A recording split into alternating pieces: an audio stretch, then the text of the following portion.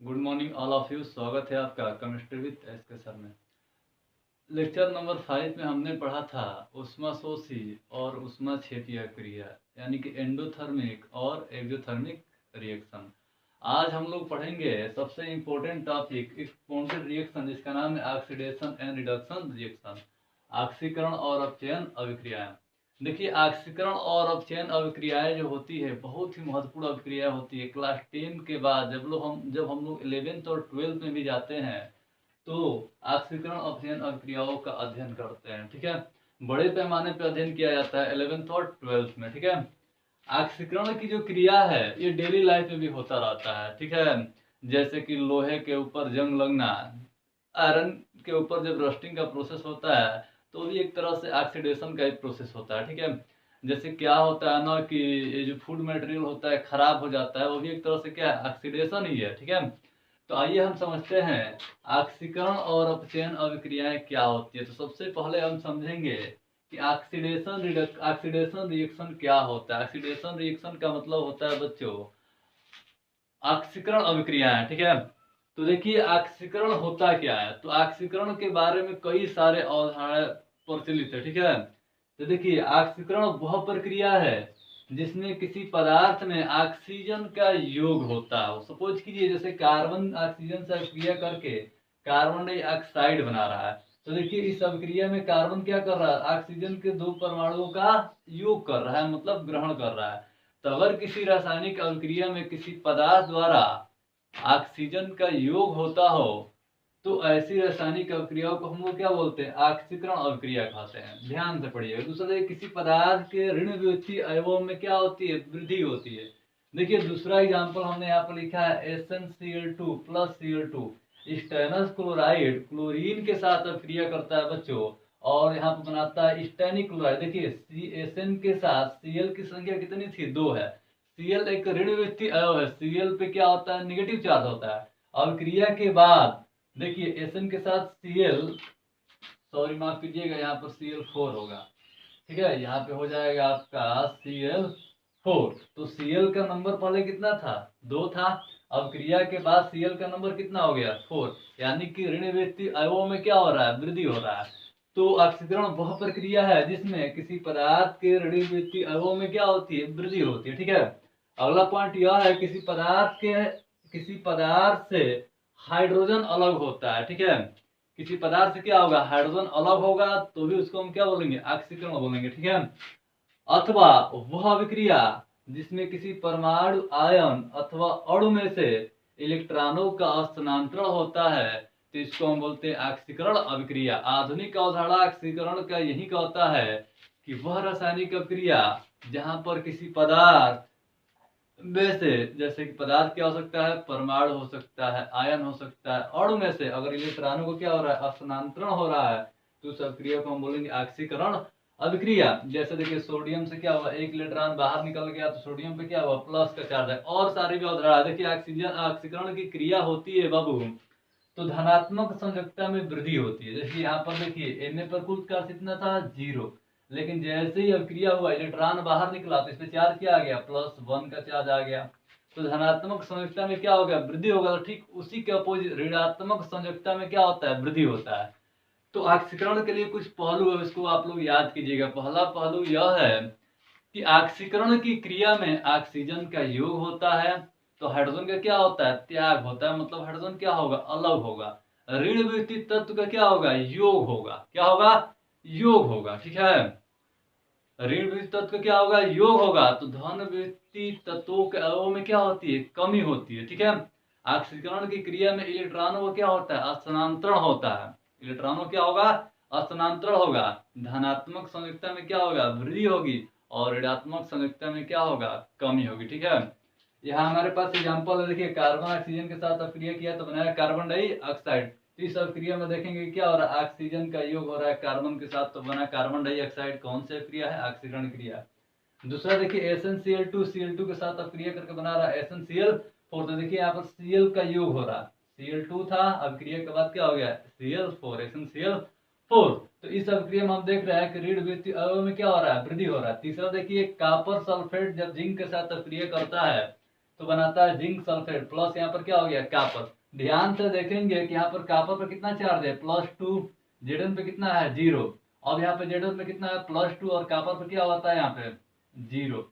अब देखिए Zn पर कुल चार्ज पहले कितना था 0, लेकिन अब क्रिया के बाद कितना आ गया 2। इसका मतलब यह है कि Zn यहाँ से यहाँ पहुंचने में 2 इलेक्ट्रॉन क्या कर रहा है माइनस कर रहा है। हमने बताया है ना कि अगर किसी रासायनिक अभिक्रिया में से इलेक्ट्रॉनों को क्या हो स्थानांतरण हो या इलेक्ट्रॉनों की क्या हो स्थानांतरण मतलब इलेक्ट्रॉन त्यागे जाते हो तो उस अभिक्रिया को हम क्या बोलते हैं ऑक्सीकरण अभिक्रिया कहते हैं। ठीक है, तो ये पॉइंट बहुत ही महत्वपूर्ण है। ठीक है, ऑक्सीकरण वह प्रक्रिया है जिसमें ऑक्सीजन का क्या होता है योग होता है किसी पदार्थ में, किसी पदार्थ के ऋण विद्युतीय अयव में क्या होगा वृद्धि होगा, किसी पदार्थ में से हाइड्रोजन क्या होता है अलग होता है, अथवा ऑक्सीकरण वह विक्रिया है जिसमें किसी पदार्थ से परमाणु आयन या अणु से इलेक्ट्रॉनों का क्या होता है स्थानांतरण होता है, तो उससे हम लोग बोलते हैं ऑक्सीकरण अभिक्रिया। ऑक्सीकरण अभिक्रिया को हम लोग बी इलेक्ट्रॉनिकरण अभिक्रिया भी कहते हैं। क्यों? क्योंकि इलेक्ट्रॉन क्या होता है इस अभिक्रिया में बाहर निकलता है, तो इलेक्ट्रॉन बाहर निकलने की क्रिया को कहता है बी इलेक्ट्रॉनिकरण अभिक्रिया। ये कुछ एग्जाम्पल है ऑक्सीकरण के। ठीक है, तो ऑक्सीकरण में इतना पॉइंट हमको याद करना ही करना है। ठीक है, और बहुत ही महत्वपूर्ण रिएक्शन है जो क्लास 11th और 12th में हमको क्या करना है पढ़ना है। ठीक, आगे हम बताएंगे ऑक्सीकरण अभिक्रिया का प्रभाव क्या होता है दैनिक जीवन में। ठीक है, तब तक इसको नोट कीजिए आप।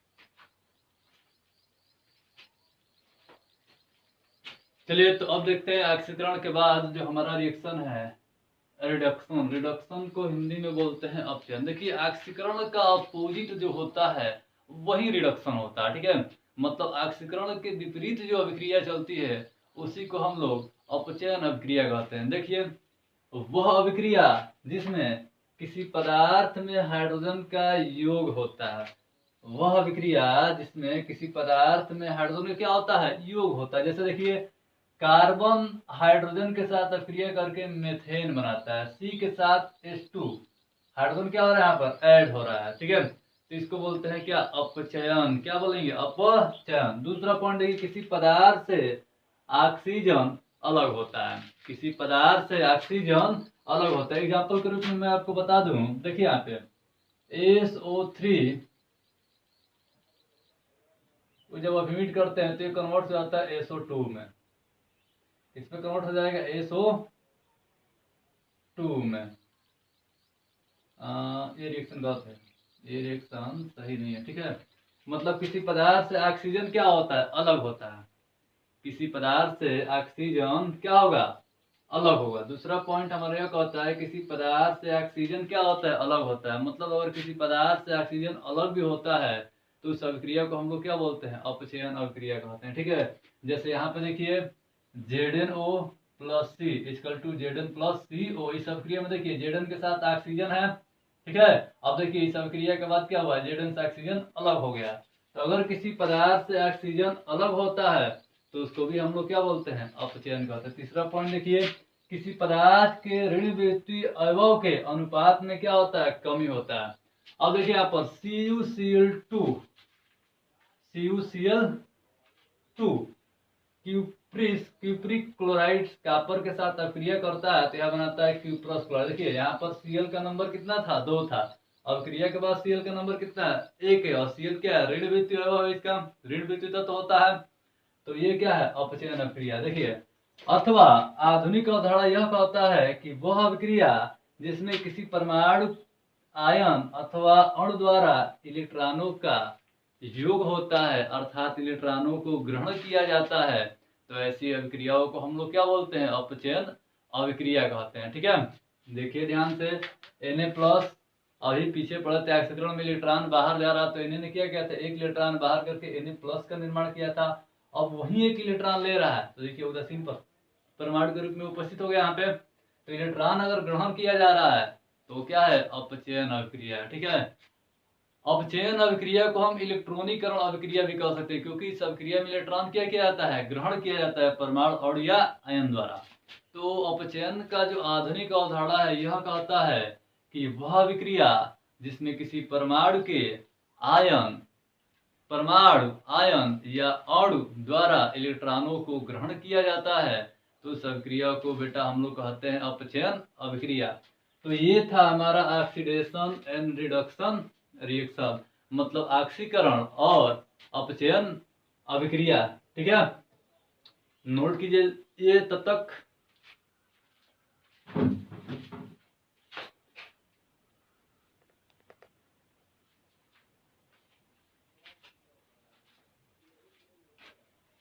देखिए अगला टॉपिक हमारा है ऑक्सीडाइजिंग एवं रिड्यूसिंग एजेंट। ऑक्सीकारक और अपचयक क्या होता है। ऑक्सीकरण अपचयन अभिक्रियाओं में ऑक्सीडाइज एंड रिड्यूसिंग के आधार पर, मतलब कि ऑक्सीकृत और अपचयित के आधार पर इनमें दो पदार्थ पाए जाते हैं। यूं कहें कि दो प्रकार की होती है, एक को बोलते हैं ऑक्सीकारक और दूसरे को बोलते हैं अपचयक।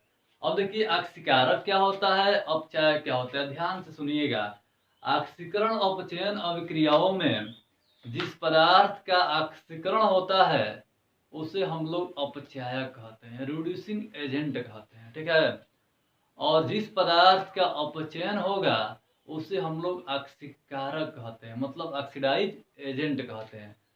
एक एग्जाम्पल ले रहे हैं, एग्जाम्पल के थ्रू आपको खूब बहुत बढ़िया समझा रहा है। केमिस्ट्री आपको इजी लगेगी, बस हमारे साथ बने रहिए।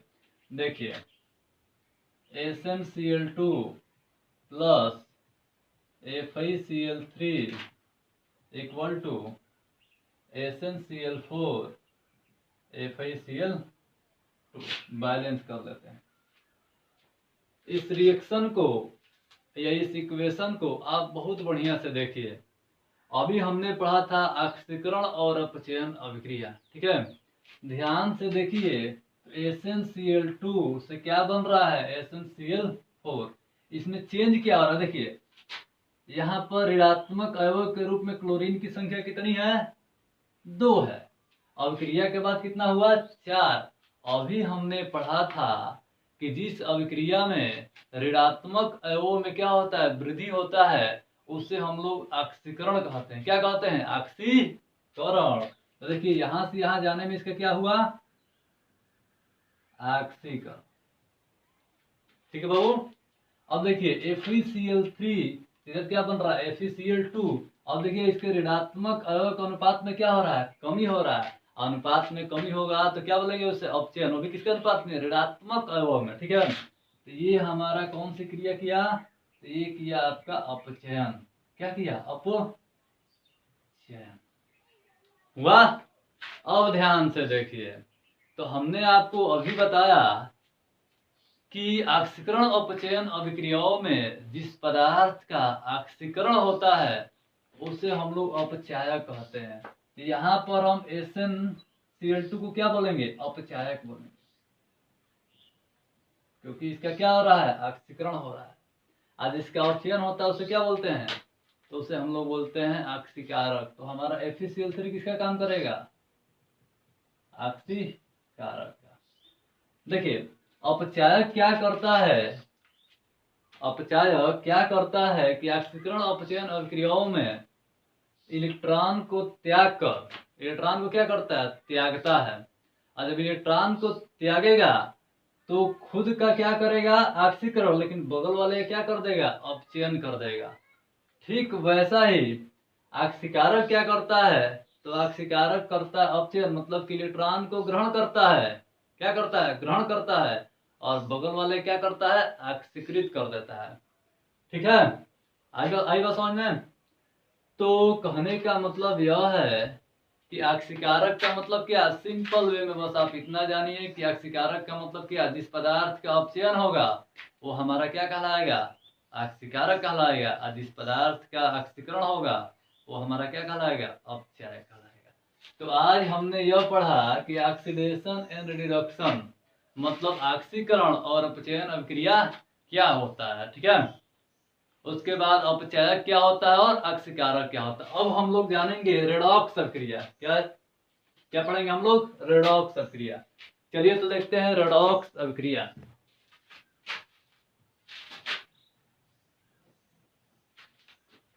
देख लेते हैं रेडॉक्स अभिक्रिया। Redox reaction.